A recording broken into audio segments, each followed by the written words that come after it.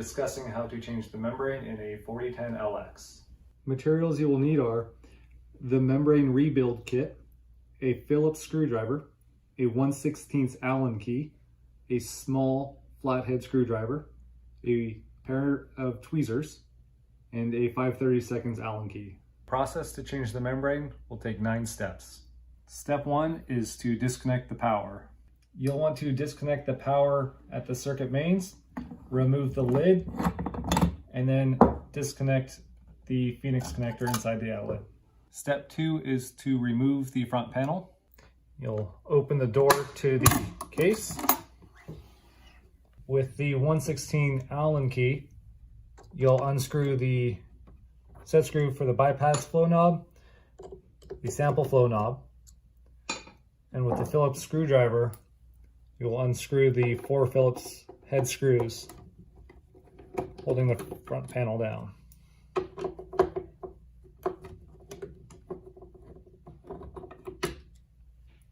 And then we'll remove the 2 screws on top.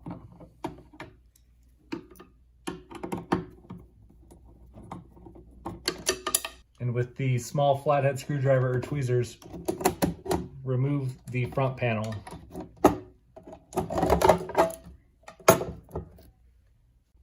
Step 3 is to disconnect the electrical connections.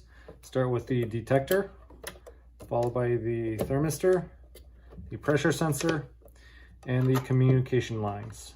And we'll set the front panel off to the side. Step 4 is to separate the cell block. With a 5/32 Allen key, you'll remove the 5 mounting screws holding the cell block in the case.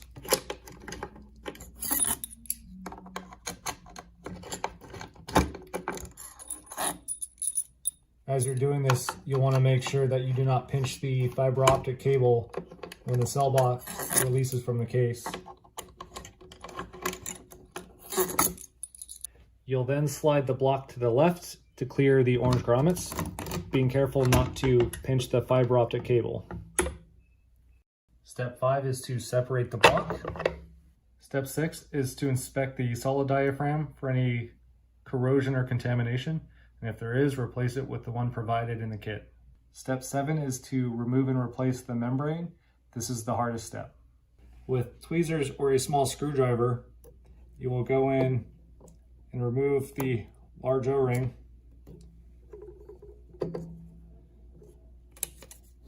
and the membrane. And then you'll take out the diaphragm. And finally, the small O-ring.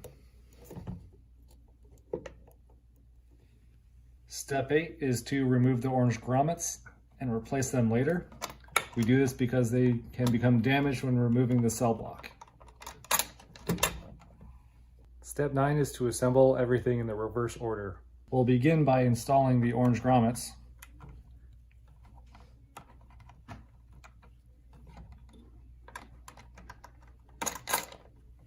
Next, you'll install the small pre-lubricated O-ring and the perforated diaphragm.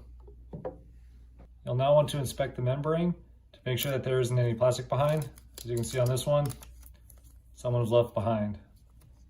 Now you want to place the O-ring in your index and middle finger. Place the membrane as concentric over the diaphragm as possible, and then slide the O-ring on top.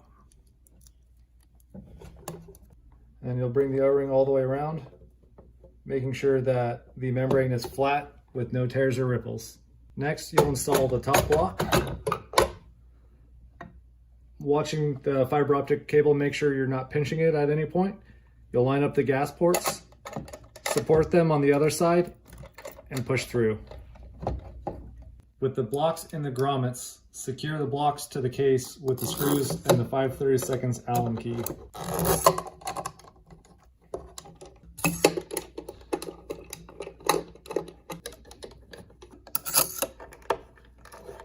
When installing the screws, take care not to cross thread into the standoffs.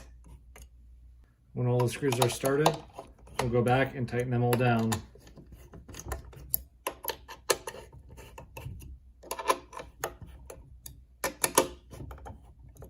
The next thing we'll install is the front panel, and make the electrical connections.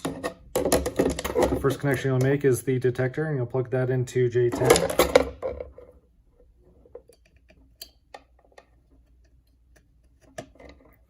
The next connection is the thermistor. You'll plug that into J1, followed by the pressure sensor, which gets plugged into J9.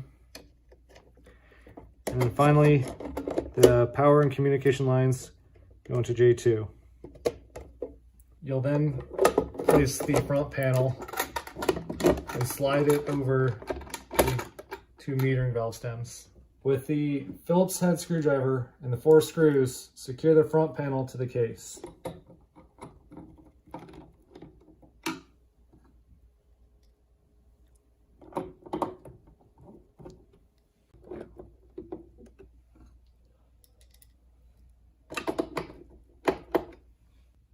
And then we will use a 1/16 Allen key to install the bypass flow knob and the sample flow knob.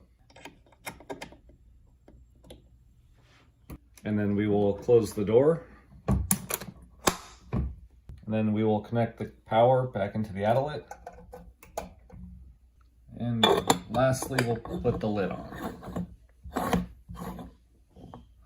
This concludes the removal and replacement of the membrane in the 4010LX. If you have any questions or need assistance, please contact AMI.